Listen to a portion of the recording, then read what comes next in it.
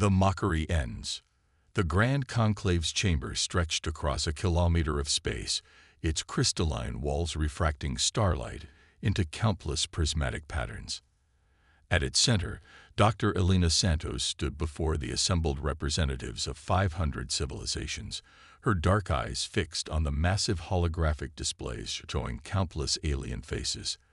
Their expressions ranged from thinly veiled contempt to outright derision. "You claim to have mastered 11-dimensional physics," High Chancellor Vexthor's voice boomed through the chamber, his gelatinous form rippling with bioluminescent patterns of skepticism. "When your species has barely managed interstellar travel for 3 centuries. Elena's fingers tightened around the quantum interface pad in her hands, but her voice remained steady.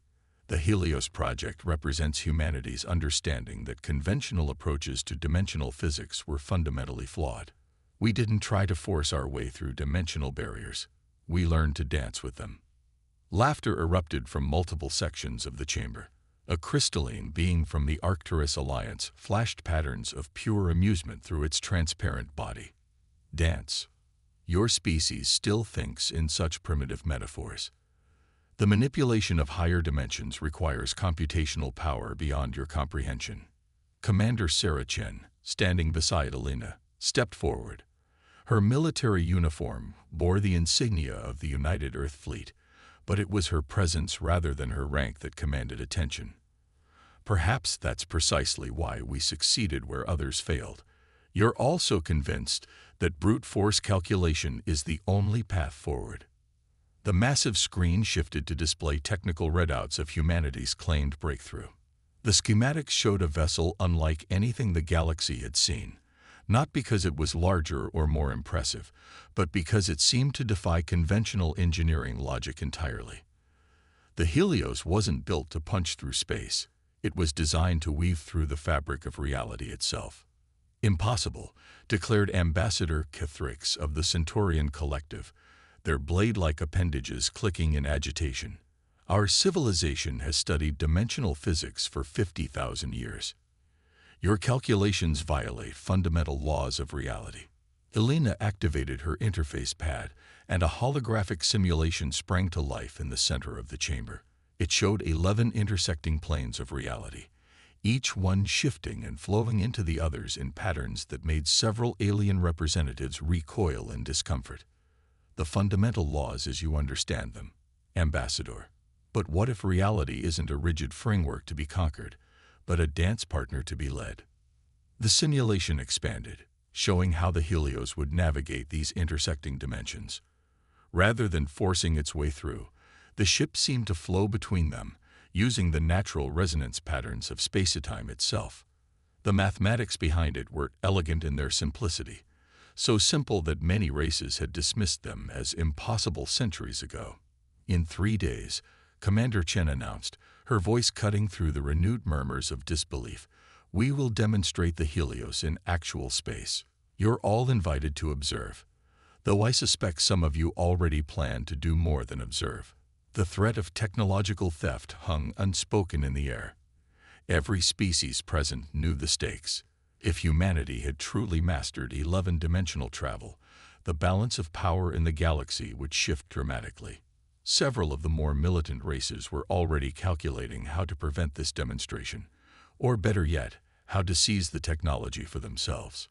Back in the preparation chamber, Elena's composed facade finally cracked. She slumped into a chair, running her hands through her short black hair.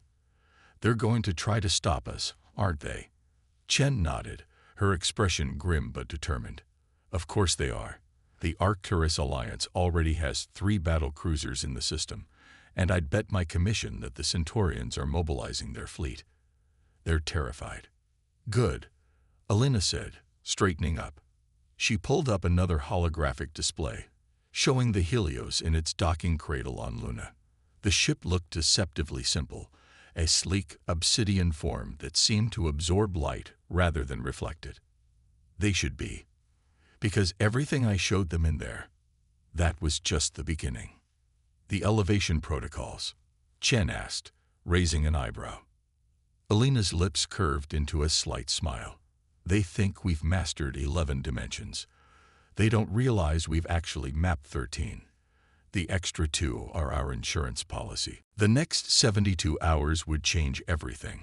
Humanity had kept quiet about their breakthrough for years, developing and refining the technology in secret. The announcement at the Grand Conclave wasn't just a revelation. It was a calculated move in a game that had been playing out for decades.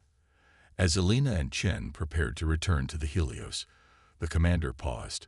"They're not just laughing because they think we're wrong," she said quietly.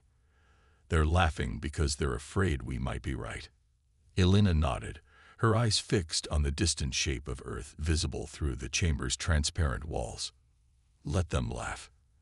In 3 days, we're going to rewrite the rules of reality itself. And then we'll see who's still laughing." The galaxy's oldest civilizations had grown comfortable in their superiority, confident that their millennia of advancement had revealed all of reality's secrets. They were about to learn that sometimes the youngest species could see things that the eldest had forgotten how to imagine. The dance was about to begin, and humanity would lead. Ripples across reality. The Helios hung in lunar orbit, its obsidian surface reflecting neither starlight nor the pale blue glow of Earth below. Around it, arranged in a precise geometric pattern, floated 17 vessels representing the galaxy's most powerful civilizations. Their presence was meant to observe. Their weapons, while powered down, remained conspicuously ready. In the Helios's bridge module, Dr. Elena Santos watched the dimensional resonance readings with growing excitement. The ship's unique design wasn't just for show. Every curve, every seemingly decorative pattern served to channel and amplify the natural frequencies of space-time itself.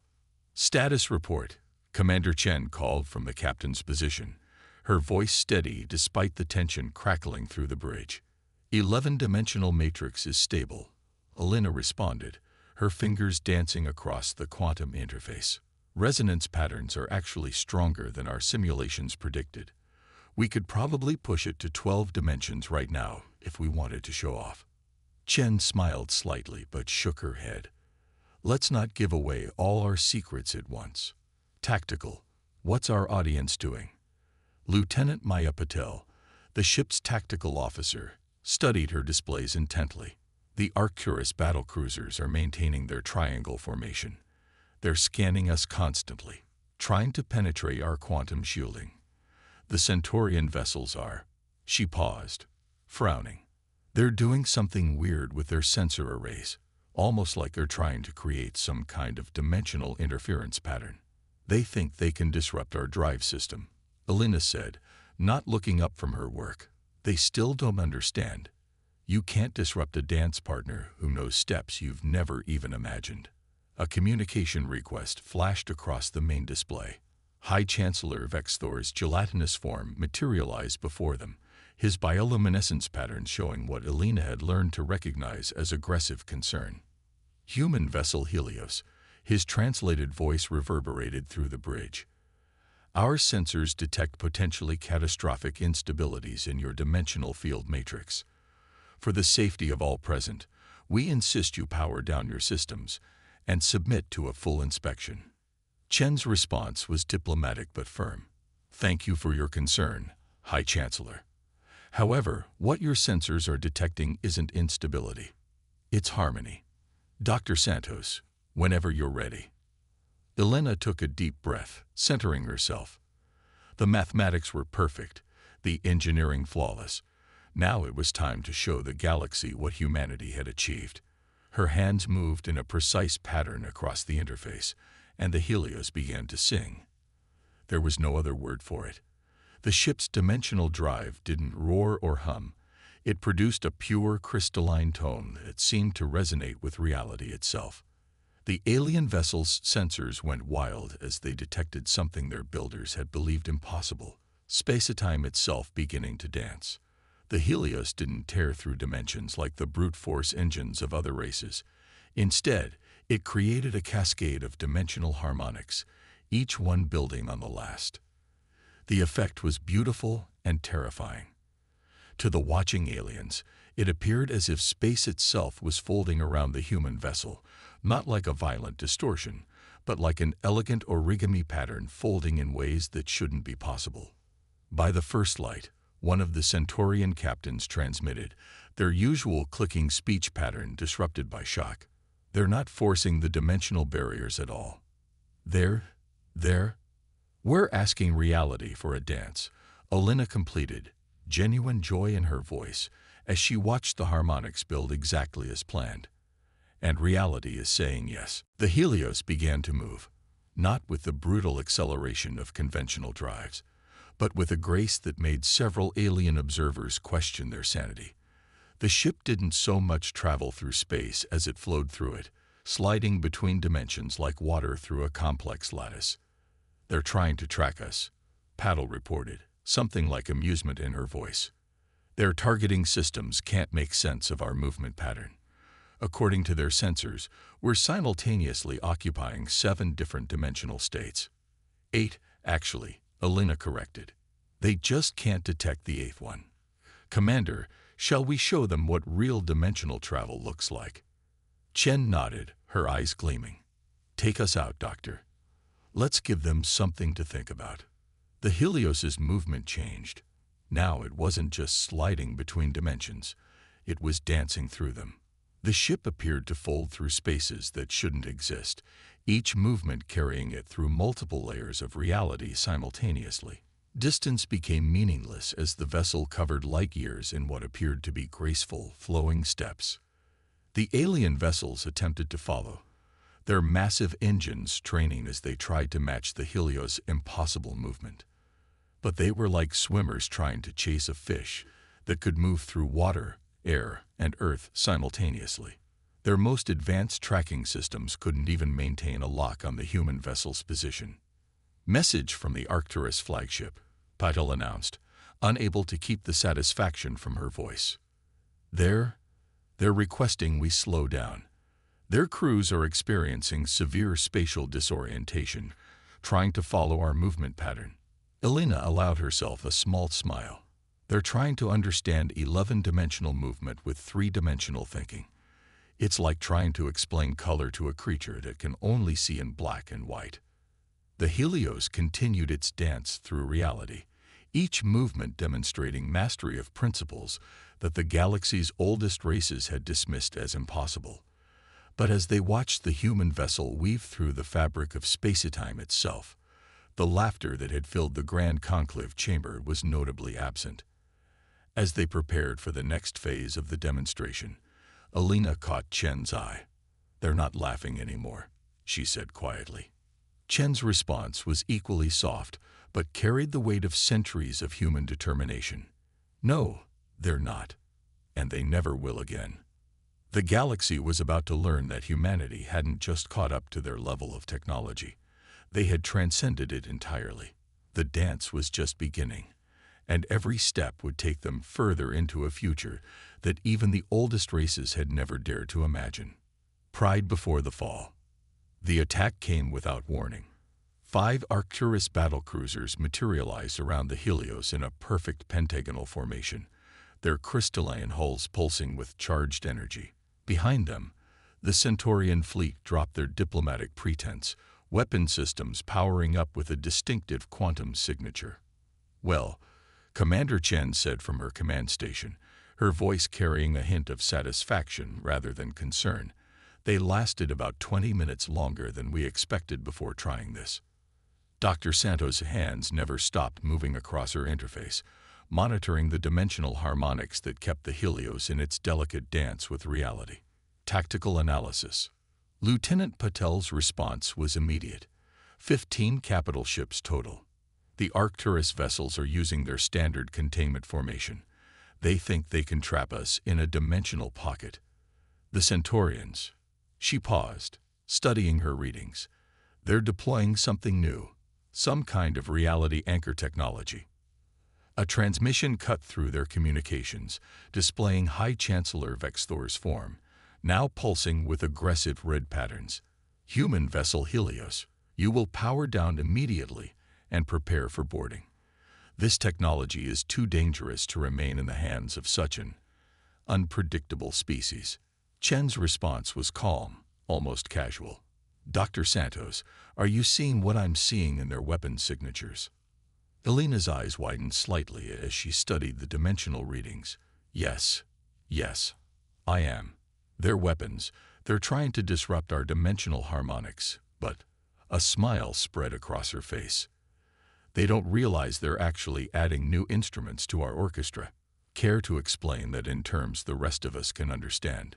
Patil asked, her hands hovering over the tactical controls. Their weapons operate by manipulating dimensional energy, Elena explained, her fingers dancing across her controls with increasing excitement. But they're using brute force approaches. It's like they're trying to stop a river by throwing rocks into it. But we're not fighting the current, we're swimming with it. And they're just giving us more water to swim in. The first Arcturus vessel fired, launching a concentrated beam of quantum disruption energy. It struck the space where the Helios appeared to be, only to pass through empty air. The human vessel hadn't moved, at least not in any way the alien sensors could detect. Fascinating, Elena murmured, watching the energy pattern shift. Their attack just gave us access to 3 new harmonic frequencies. Commander, with your permission, I'd like to show them why this was a very poor decision. Chen nodded, a predatory smile forming. By all means, Doctor, let's educate our guests. Elena's hands moved in a complex pattern across her interface. The Helios dimensional drive changed its tone, no longer just singing, but creating a complex symphony of reality itself. The space around the ship began to ripple in ways that made several alien sensor operators physically ill trying to process. What? What are you doing? Vexthor's transmission was starting to break up, his form distorting as reality itself seemed to fluctuate around them. We're accepting your energy donation, Elena replied cheerfully, and using it to demonstrate something we like to call dimensional resonance cascading. You might want to power down your weapons. This could get a bit disorienting. The Helios began to move, but not in any direction the alien vessels could track. Instead, it seemed to exist in multiple states simultaneously, creating a pattern of quantum echoes that played havoc with the attackers' targeting systems. Each time they fired, their energy weapons simply added to the complex dimensional dance the human ship was performing. They're trying to coordinate their attacks, Patil reported, now grinning openly. The Centaurians are attempting to establish a baseline reality matrix to trap us.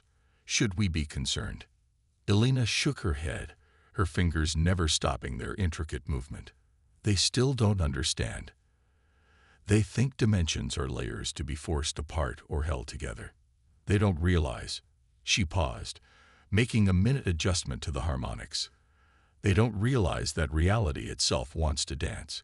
We're just the first ones to ask it properly. The alien fleet's coordinated attack should have been devastating. Enough firepower to crack a small moon, all focused on a single human vessel. Instead, it became something entirely unexpected. A performance. The Helios used each attack as a new note in its dimensional symphony, weaving the energy into patterns that defied conventional physics. Doctor, Chen said, watching the tactical display with growing interest, correct me if I'm wrong, but are we actually getting stronger? Much stronger, Elena confirmed. Each attack is adding new harmonics to our dimensional matrix.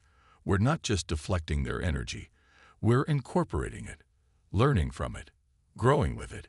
She looked up, her eyes shining with the joy of pure discovery. They've given us access to dimensional frequencies we didn't even know existed. We should thank them, really.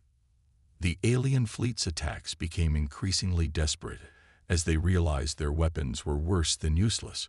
They were actively making their target more powerful. The Helios danced through their formation, existing in so many dimensional states simultaneously that their most advanced targeting computers simply gave up, unable to process the contradictory data. Message from the Centaurian flagship, Patil announced, barely containing her laughter. They're demanding to know how we're doing this. They say it violates every known law of dimensional physics. Known to them, Elena corrected softly. The universe has so many laws they never thought to question, so many patterns they were too proud to see. She made one final adjustment to the harmonics. Should we show them what we can really do now? Chen leaned forward in her command chair. Dr. Santos, I believe it's time for the grand final. Let's give them a demonstration they'll never forget, assuming their sensors can even record what's about to happen. The Helios dimensional drive reached a new crescendo, and reality itself prepared to dance in ways that would rewrite the galaxy's understanding of what was possible. The age of human innovation was about to demonstrate why understanding was so much more powerful than mere knowledge. Dancing through dimensions, the Helios hung suspended in a web of quantum energy, surrounded by the combined firepower of two of the galaxy's most powerful civilizations.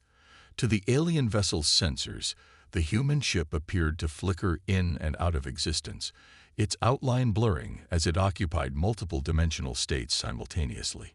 Final warning, human vessel.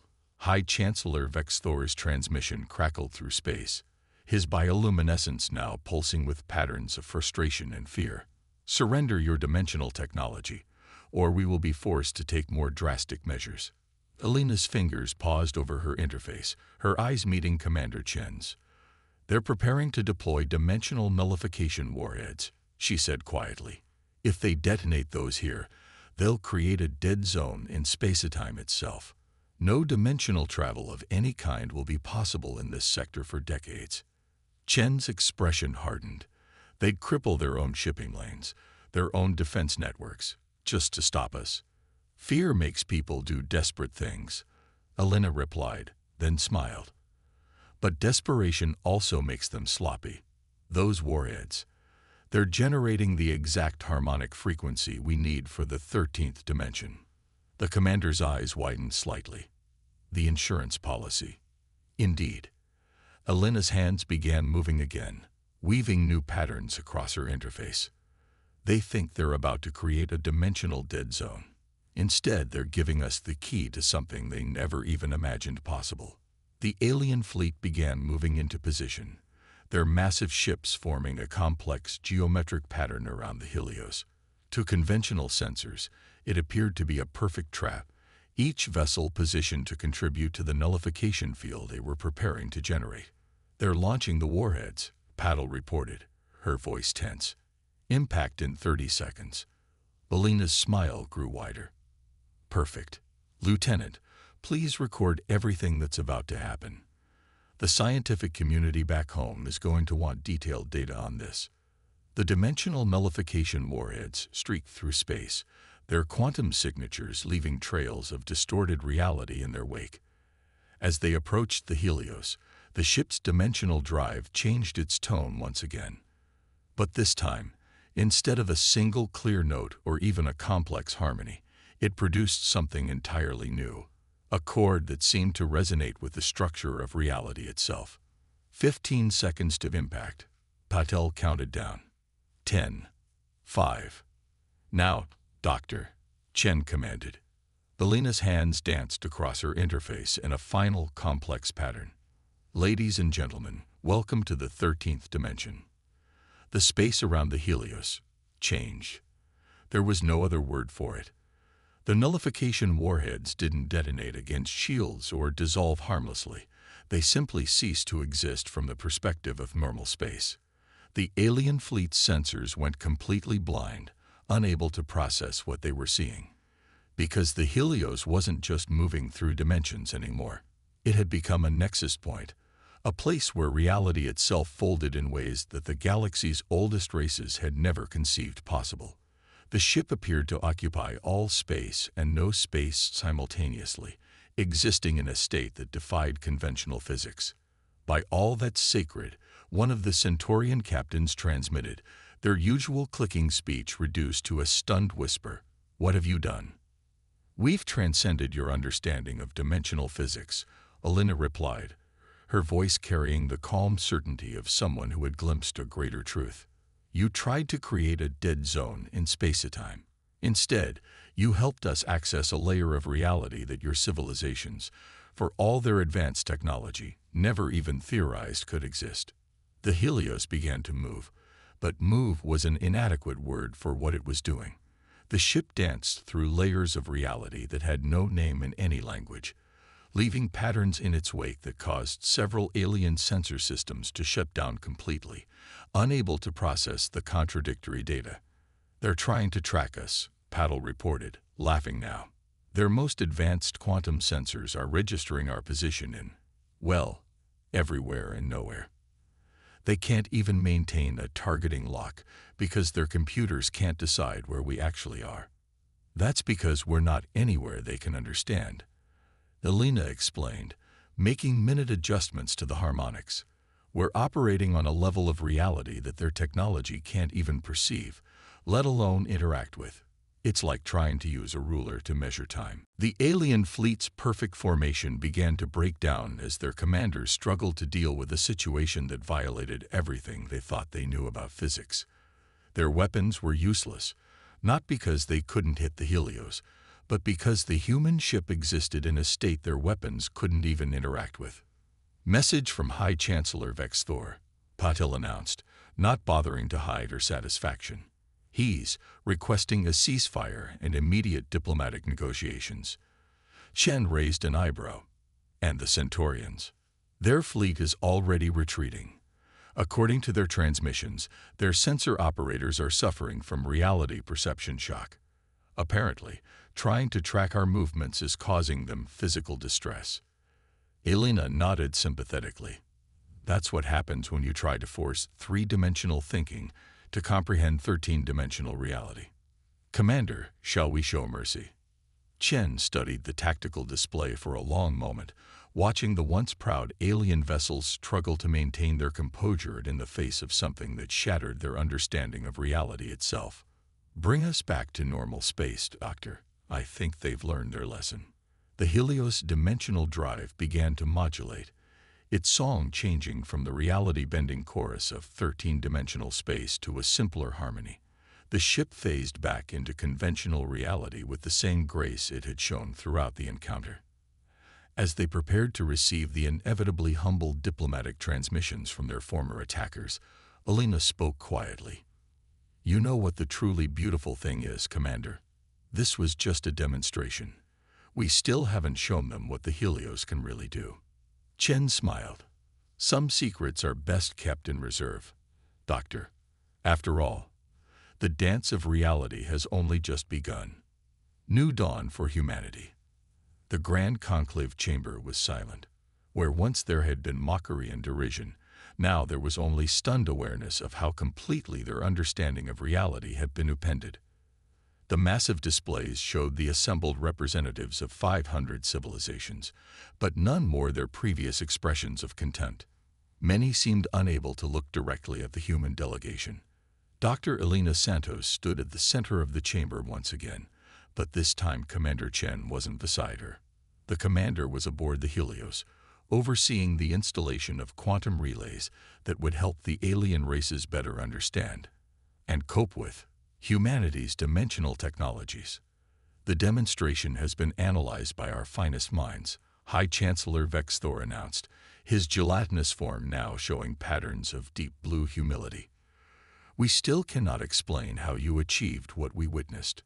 Our most advanced sensors failed to even record portions of the event, claiming dimensional paradox errors." Elena nodded, her expression sympathetic. "That's because you're trying to understand 13-dimensional physics with tools designed for a much more limited view of reality. It's like trying to capture a symphony with a device that can only record one note at a time." "You speak of dimensions as if they were music," a Centaurian representative clicked, their blade-like appendages moving in patterns of confusion, "as if reality itself were some kind of performance." "Because it is," Elena replied, activating her interface pad. A holographic display appeared, showing the complex wave patterns of dimensional harmonics. Every dimension resonates with its own frequency. What you call fundamental laws of physics are really just the most obvious harmonies. But there are countless others, playing out on levels your instruments were never designed to detect. The display shifted, showing the Helios during its demonstration. The ship appeared to phase through multiple states of reality, leaving patterns in its wake that made several representatives turn away, unable to process what they were seeing. "Your attack on our vessel," Alina continued, her voice gentle but firm, "proved something we had long suspected. The universe isn't a rigid framework of unchangeable laws. It's a dance, constantly in motion, with infinite patterns waiting to be discovered. You tried to force reality to obey your understanding. We learned to listen to its music instead. And now?" Vexthor asked, his patterns shifting to show concern. "What does humanity intend to do with this power? Your species could reshape the galaxy itself." Alina's response was immediate and sincere. "We intend to share it." A wave of surprise rippled through the chamber.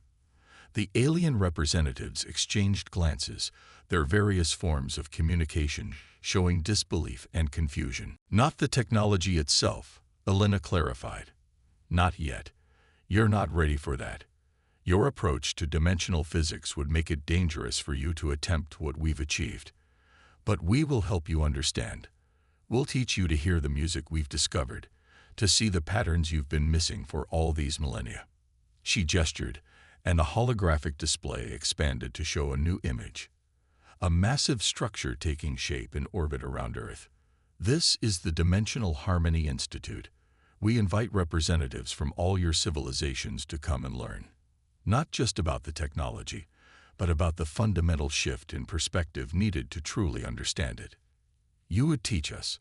A crystalline being from the Arcturus Alliance flashed patterns of skepticism. "After we attempted to seize your technology by force." Alina smiled. "That's precisely why we must teach you.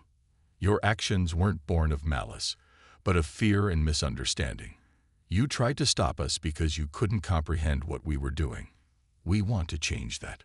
The holographic display shifted again, showing the complex dance of dimensions that the Helios had demonstrated. But this time, the patterns were slower, clearer, annotated with explanations that even the most conservative alien scientists could begin to grasp. "This is just the beginning," Alina continued. "Humanity hasn't just discovered a new technology. We've found a new way of seeing reality itself. And we believe that every species, no matter how set in their ways, can learn to see it too. The universe is infinite in its complexity, but also in its beauty. We've learned to dance with it. Now we want to teach others the steps." The chamber erupted in discussion, but not in the dismissive tones of before. Representatives from civilizations that had been enemies for millennia found themselves engaging in excited speculation about the possibilities this new understanding might bring. As Alina prepared to leave the chamber, she received a transmission from the Helios. Commander Chen's holographic form appeared before her, smiling. "How did they take it?" "Better than expected," Alina replied. "They're scared, confused, and completely fascinated, just like we were when we first discovered the harmonics. And the Institute. They're already arguing about who gets to send their scientists first." Alina chuckled. "I didn't tell them about the Advanced Projects Division yet. Let them master 13 dimensions before we show them what we've discovered about the 14th and 15th. Chen's expression grew serious. "Do you really think they can change? 50,000 years of doing things one way. That's a lot of momentum to overcome." Alina looked out at the chamber, where ancient enemies were now engaged in excited discussion about dimensional harmonics. They already are changing. They just needed someone to show them that there's more to reality than they ever imagined. Besides, she smiled, humanity's greatest gift has always been our ability to imagine the impossible, and then make it real. The galaxy was entering a new age. The species that had once been mocked for their youth and inexperience had become teachers to civilizations older than Earth's recorded history. But more than that, they had shown that the universe itself was greater, more wonderful, and more mysterious than anyone had imagined. And somewhere in the vast expanse of space, the Helios continued its dance through dimensions, its song a reminder that sometimes the greatest discoveries come not from forcing reality to submit to our will, but from learning to move in harmony with the endless dance of existence itself.